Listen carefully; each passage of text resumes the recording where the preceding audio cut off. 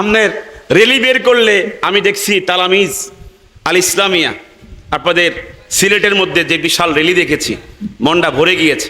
ওরা দলিল খোঁজে, দলিল কোন জায়গায়? আরে তোমরা দলিল পাইছো না, তোমাদের কোফাল খারাপ। হাদিসটা মনোযোগ দিয়ে শুনেন, ইমাম মুসলিম ৭,২৪১ নম্বর হাদিস, সকলে খেয়াল করেন। ইমাম মুসলিম ১২ লক্ষ হাদিসের হাফেজ, ৭,২৪১ নম্বর হাদিস সহিহ মুসলিমের মধ্যে রেওয়ায়াত করেছেন। হাদিস কানা হচ্ছে আন উসমান ইবনে ওমারা, নবী সাহাবী উসমান ইবনে ওমর। আমি কি হাদিসটা জাল বলতেছি? হাদিসটা সহিহ হাদিস। কোন জায়গার হাদিস? সহিহ মুসলিম শরীফের হাদিস। জোরে কন্যা মারহাবা। ফাকাদিমনাল মাদিনাতা লাইলান, ওসমান ইবনে ওমর বলেন নবীজি মদিনার মধ্যে হিজরত করেছেন রাত্রে বেলায়। কোন বেলায়? না দিনের বেলায়। দিনে এলে যে কি অবস্থা হইতো আল্লাহ ভালো জানতো। মজার হাদিস, খুব সামনে বুঝলেন মজাটা কতটুকু বেশি। খুব মজার হাদিস। কষ্ট হচ্ছে নাকি আপনার? খুব মজার হাদিস। হুজুর হিজরত করছে কখন? রাত্রে না দিনে? কাদিমনাল মাদিনাতা লাইলান, আমরা মদিনায় হিজরত করলাম, মদিনায় আগমন করলাম রাত্রিবেলায়। ফাতানাজাউ, সাহাবায়ে কেরাম, আনসার সাহাবায়ে কেরাম লড়াইয়ে লিপ্ত হয়েছে। আইয়ুহুম ইয়ানজিলু আলাইহি রাসূলুল্লাহ সাল্লাল্লাহু আলাইহি ওয়াসাল্লামা, নবীজি কার বাড়িতে অবস্থান করবেন, কার ঘরে উঠবেন, কার ঘরে রাত্রি যাপন করবেন, এই নিয়ে সাহাবায়ে কেরাম লড়াইয়ে লিপ্ত হয়ে গেছে। সবাই চায় তার ঘরে বরকত নিক। জোরে কোন সুবহানাল্লাহ। তার ঘরে বরকত দিক। হুজুরকে ঘরে নেওয়ার জন্য সবাই লড়াই লেগে গেছে। ফাকালা, হুজুর বললেন আনজিলু আলা বানিন নাজ্জার আখওয়াল আব্দুল মুত্তালিব। আনজিলু, আমি অবতরণ করব, রাত্রি যাপন করব, অবস্থান করব আলা বানিন নাজ্জার, বনুন নাজ্জার গোত্রে, আখওয়াল আব্দুল মুত্তালিব, আমার আব্দুল মুত্তালিব আমার দাদার বংশের তারা, তাদের ঘরে যাওয়া আমার জন্য বেশি হকদার। জোরে কন্যা সুবহানাল্লাহ। হাদিসকে বুঝতেছেন? আমি তো এবারও ছড়াও বলতে পারতাম। এবারও বলি কি জন্য জানো? তারা বুঝে যে এবারও আমাদের দলিল কি ঠিক আছে। আমি কি ভুল কইতেছি নাকি জবরদের ঠিক আছে? ঠিক নেই? হ্যাঁ ঠিক আছে, তো হুজুরও তোমার পাশে আছে। তখন নবীজি এই সিদ্ধান্ত দিয়ে দিছে, আমি তো বনুন নাজ্জার গোত্রে যাব। ফাসাইদার রিজালু ওয়ান নিসাউ ফাওকাল বুয়ুত ওয়া তাফাররাকাল গিলমান ওয়াল খুদ্দামু ফিত তুরুক ফায়ুনাদুনা ইয়া রাসূলুল্লাহ ইয়া মুহাম্মদ তালাল বাদরু আলাইনা মিন সানিয়াতিল ওয়াদা। জবান খুলে কোন সুবহানাল্লাহ। কি মজার কথা! এ রাতের বেলায় হুঁশ হারায় ফেলছে, দিক হারায় ফেলছে। আনন্দের ঢেউ, আনন্দের জোয়ারে সবার মাথা এখন ঠিক নাই। ফাসাইদার রিজালু ওয়ান নিসাউ ফাওকাল বুয়ুত, পুরুষেরা মহিলারা, পুরুষ মহিলারা ছাদে উঠছে। কোথায় উঠছে? ছাদে, গাছে। এখন তো সিঁড়ি আছে, তখন তো সিঁড়ি ছিল না। যে যেমনি পারছে, কেউ ছাদে গেছে, কেউ গাছের উপরে গেছে। আর ওয়া তাফাররাকাল গিলমান ওয়াল খুদ্দামু, অল্প বয়সী তরুণ তরুণী যারা, বালক বালিকা যারা, সবাই রাস্তার মধ্যে নেমে গেছে। সবাই রাস্তার মধ্যে নেমে গেছে। অলিতে গলিতে গিয়া তারা মিছিল শুরু করেছে। তলাল বাদরু আলাইনা মিন সানিয়াতিল বিদা ওয়াজাবা শুকরু আলাইনা মাদাআ লিল্লাহিদা। মারহাবা জোরে কও। ওরা স্লোগান তৈরি করছে। কি তৈরি করছে? স্লোগান তৈরি করছে। কি স্লোগান তৈরি করছে? মদিনার উপরে আজকে আসমানে চাঁদ নাই, চাঁদ আকাশে নাই। পূর্ণিমার চাঁদ, 15তম রাত্রির পূর্ণিমার চাঁদ আসমানে নাই, আসমান থেকে নেমে গেছে, নেমে মদিনার মধ্যে উদিত হয়েছে। আকাশের চাঁদ মদিনায় উদিত হয়েছে। আমাদের আমার স্লোগানের অর্থ কি হবে?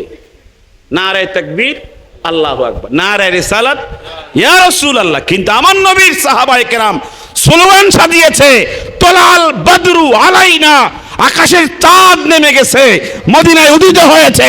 কথা কোন ঠিক কিনা? কি চমৎকার স্লোগান!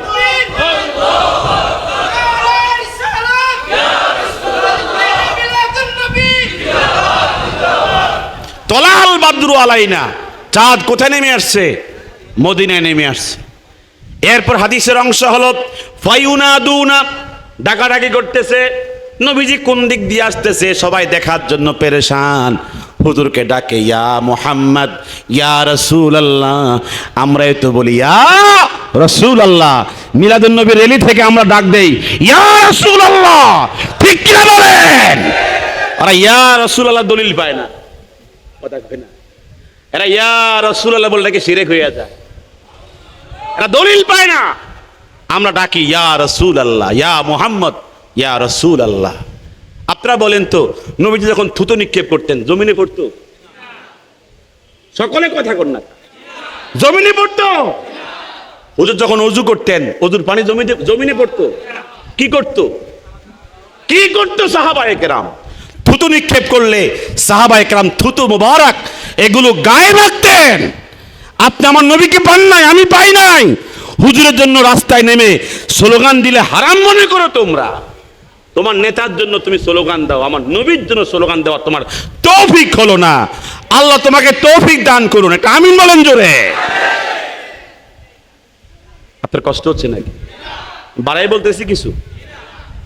পাইউনা দাও ইউনা দুনা, ডাকতেছে ইয়া রাসূলুল্লাহ, ইয়া মুহাম্মদ, ইয়া রাসূলুল্লাহ। জোরে বলেন সুবহানাল্লাহ। সবচেয়ে আশ্চর্যের হাদিস হলো ইমাম বুখারী, কে? ইমাম বুখারী, তিনি তার বুখারী শরীফের মধ্যে হাদিস বর্ণনা করেছেন। হাদিস খানা হলো নবীজির সাহাবায়ে কেরাম এত আনন্দিত হয়েছেন, মা ফারিহু বিহি ফারহান, তারা এত বেশি আনন্দিত হয়েছেন, জীবনে তো আনন্দিত হন নাই।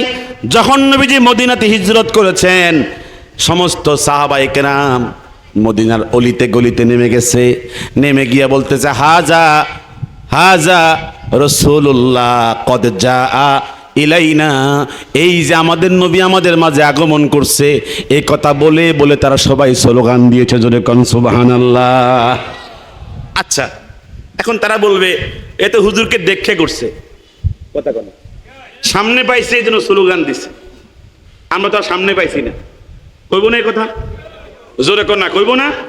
আমরা সামনে পাইছি না, হুজুর তো তখন সামনে পাইছে, সামনে স্লোগান দিছে, আমরা তো সামনে পাইছি না, স্লোগান দিব কেন?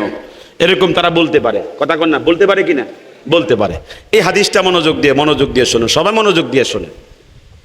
হাদিস কেন হচ্ছে রাসূলুল্লাহ সাল্লাল্লাহু আলাইহি ওয়াসাল্লাম যখন তিনি আসমানে ছিলেন তখন তিনি তো কি ছিলেন না, আমাদের মতো 3.5 হাত যে আকৃতি, এই আকৃতি ছিল, কথা কোন না? এই আকৃতি ছিল। এই বিষয়ে ইমাম হাকিম আল মুস্তাদরাক গ্রন্থের 2য় খণ্ডে 664 পৃষ্ঠার মধ্যে রিওয়ায়াত করেছেন। রিওয়ায়াতটা হচ্ছে আন উমর ইবনুল খাত্তাব, জোরে বলেন সুবহানাল্লাহ। ক্বাল রাসূলুল্লাহ সাল্লাল্লাহু আলাইহি ওয়াসাল্লাম, আমার আপনার নবীজি ইরশাদ করেন, লাম্মা ইকতারাবা আদামু আল খাতিয়াতা, আদম যখন ভুল করলেন জান্নাতের মধ্যে কি করলেন? ভুল করলেন। আদম বলেন ইয়া রাব্বি আসআলুকা বিজাহে মুহাম্মদ, আল্লাহ আমি তোমার কাছে মাপ চাই হযরত মুহাম্মদ সাল্লাল্লাহু আলাইহি ওয়াসাল্লামের মর্যাদার উসিলা দিয়ে। মর্যাদার, উনি পৃথিবীতে আসছে, দুনিয়াতে আগমন করছে, তখন কোথায়? উপরের জগতে। আল্লাহ পাক বলেন কাইফা আরিফতা মুহাম্মাদা, আমার দোস্তের সম্মান ইজ্জত পাইলা কই? আদমকে প্রশ্ন করছে। আদম তখন বলে ইয়া রাব্বি লাম্মা খালাকতানি ওয়া নাফাখতা ফিয়া রূহি, আমাকে যখন বানাইছো, আমাকে যখন প্রাণ দিছো, প্রাণ বোঝেননি, জীবন দিছো, রাফাতু রাসি, মাথা তুলেছি উপরের দিকে, ফারাআইতু মাকতুবান ফিল আরশি লা ইলাহা ইল্লাল্লাহ মুহাম্মাদুর রাসূলুল্লাহ, মারহাবা জোরে কর। আমি কালেমা পেয়েছি আরশের গায়ে। আমি তখন বুঝতে পেরেছি লা ইলাহা ইল্লাল্লাহ তোমার অংশ, তোমার অংশ, আর মুহাম্মাদুর রাসূলুল্লাহ তোমার দোস্তের অংশ। তোমার কি? দোস্তের অংশ। আমি বুঝতে পেরেছি মুহাম্মাদুর রাসূলুল্লাহ ইন্নাকা লাম তাদুম্মা বিইসমিকা ইল্লা আহাব্বাল খালকি ইলাইকা ক্বালা ইয়া আদামু ক্বাদ সাদাকতা লাউলা মুহাম্মাদুন লামা খালাকতুকা। মারহাবা জোরে বলেন। আল্লাহ তোমার অংশের পরে তো তুমি একটা নাম রাখছো, এর মধ্যে কোনো ফাসেলা নাই, কোনো পার্থক্যকারী নাই, কোনো শব্দ নাই। তোমার নাম আল্লাহ, পরে মুহাম্মাদুর রাসূলুল্লাহ। আমার বিশ্বাস এই মুহাম্মদ তোমার আদরের, তোমার মহব্বতের, তোমার মায়ার, এর উসিলায় আমাকে মাফ করো। আল্লাহ পাক বলে হ্যাঁ মাফ করলাম। এই মুহাম্মদকে না সৃষ্টি করলে তোকে বানাতাম না।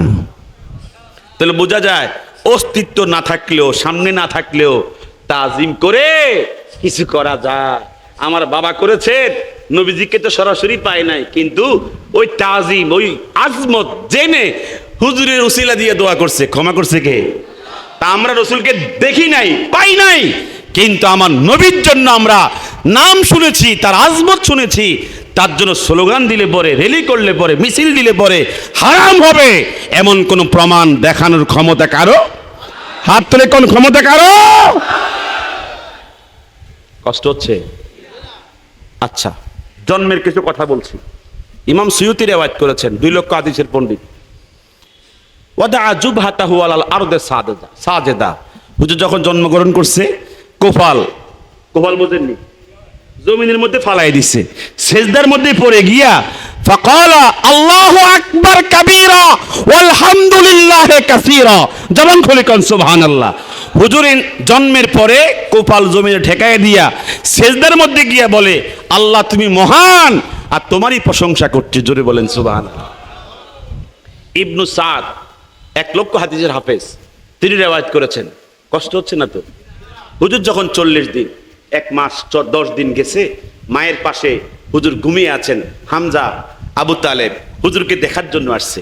সাথে ছোট ছিল আব্বাস, অনেক ছোট ছিল। সাথে ছিল কি আবু লাহাব। এরা সবাই আসছে দেখার জন্য। হুজুর পূর্ণিমার চাঁদের সাথে কেন কথা বলতেছে। এরা কেউ মানে কেউ মানে না। হামজা বলে আমাদের বাতিজা তো পূর্ণিমার চাঁদের সাথে কথা বলতেছে। আবু লাহাব কহ তুই চোখে কম দেখস। কথা বুঝতেছেন নি আপনার? হাদিসে এই শব্দগুলো নাই, আমি বুঝানোর জন্য ব্যাখ্যা করে বলতেছি। এর কথা কর না, হেতে বিশ্বাস করে না। কোনতে? আবু লাহাবে। তো নবীজি বিশ্বাস হয় না। হুজুর তখন মুস্কি মুস্কি হাসতেছে, চাঁদের সাথে কি করতেছে? মুস্কি হাসতেছে। তো হামজা বলে কিরে আবু লাহাব, কিরে আবু তালেব, এই যে দেখোস না বাতিজা মুস্কি মুস্কি হাসতেছে। কয় আয়ো, বাচ্চারা তো এরকমই করে। বাচ্চারা তো কখনো হাসে কখনো কান্দে। তাই নাকি? হুজুর তখন বুঝছে ও করে বিশ্বাস করাইতে হলে আরো কিছু শক্ত দলিল দেখাইতে হবে। হুজুর এই আঙ্গুলি তুলছে। কোন আঙ্গুলি তুলছে? এটা কি বলে? শাহাদাত আঙ্গুলি। আকাশের দিকে তুলছে, চাঁদের দিকে ইশারা করে একটু ডান দিকে আর বাম দিকে কি দিছে? একটু হেলনে দিছে। হেরাত আকাশের দিকে তাকায়া দেখে মুহাম্মদ রাসূলুল্লাহ সাল্লাল্লাহু আলাইহি ওয়াসাল্লামার আঙ্গুল মোবারক যেদিকে হেলনি যায়, আকাশের চাঁদ সেদিকে দৌড়। এখন হামজা বলে কিরে আবু লাহাব, কিরে আবু তালেব, কোন বাচ্চা হাত তুললে, আঙ্গুল তুললে আকাশে চাঁদ দৌড়ায়? কয় এটা দেখি নেই, এরকম কোন ঘটনা দেখি নেই। ফাবহিতাল্লাযী কাফার, যারা কাফের সত্যের সামনে মাথা নত করে। কথা কর ঠিক কিনা? এই ঘটনা ঘটছে নবীজির বয়স কত? 40 বছর নেই, কতদিন? এখন আব্বাস ইবনে আব্দুল মুত্তালিব ভাইদের কাছে এই কাহিনী শুনছে। তিনি যখন ইসলাম গ্রহণ করছে, নবীজিরই প্রশ্ন করছে, হুজুর আমার ভাইয়েরা আমারও লয়ে গেছিল, আমি ছোট ছিলাম, তা আপনি নাকি এরকম 40 দিন বয়সে এরকম একটা ক্ষমতা দেখাইছিলেন। তখন আব্বাস বলে হ্যাঁ। এখন সমস্যা কি? সমস্যা হলো যে আপনি যে এত ছোট বয়সে আকাশের চাঁদের সাথে এই কাহিনী করছেন, আপনি ক্ষমতা পাইলেন কার কাছে? তখন আমার নবীজি বলেন, আরে তুমি কও কি? এই প্রশ্ন তো আমাকে তখনও করতে পারতো তারা। কথা কর না, তারা তো বোঝে নাই প্রশ্ন করার জন্য ক্ষমতা আমার, জবাব দেওয়ার ক্ষমতা যে আমার আছে, তারা তো বোঝে নাই। যদি আমাকে তখন প্রশ্ন করতে হবে, তখন জবাব দিতাম। কথা কোন ঠিক কিনা? এখন তুমি শোনো, ঘটনা হলো আমি যখন আমার আব্বা যখন ইন্তেকাল করছে, আমি তখন মায়ের পেটে 6 মাস। আমার আম্মা পেরেশান হয়ে গেছে। এই সন্তান এতিম, জন্ম হওয়ার পরে কে খেলনা কিনে দিবে, কে পুতুল কিনে দিবে? বাপ তো নাই, এতিম না? কথা কোন, বাপ তো নাই। এই সন্তান জন্মের পরে তাকে খালার বাড়িতে, ফুফার বাড়িতে, নানার বাড়িতে, বাজারে গিয়া কে ঘুরাবে, কে একটু ঘুরাইতে নিবে, এমন তো কেউ তার নাই। পেরেশান হয়ে গেছে। আল্লাহ তাআলা আমার মায়ের কাছে প্রত্যাদেশ পাঠাইছে, ওহী পাঠাইছে, ও আমিনা তুই পেরেশান হইস না, ওটা তোর সন্তান, কিন্তু দুষ্ট কার? কি মানেন না যে আপনারা? দুষ্ট কার? আমার। আমিনা শোন, তোর সন্তান আমার দুষ্ট। দুনিয়াতে জন্মগ্রহণ করলে, তার আব্বা দুনিয়ায় থাকলে আব্দুল্লাহ কাঠের খেলনা, প্লাস্টিকের পুতুল কিনে দিত। শোন, আমার এই দুষ্টের জন্য দুনিয়ার কাঠের খেলনা, প্লাস্টিকের পুতুল আমি পছন্দ করি নাই, আমি পছন্দ করেছি আমার দুষ্টের জন্য পূর্ণিমার চাঁদকে আমি পুতুল বানিয়ে দিয়েছি। আমার দুষ্ট যখন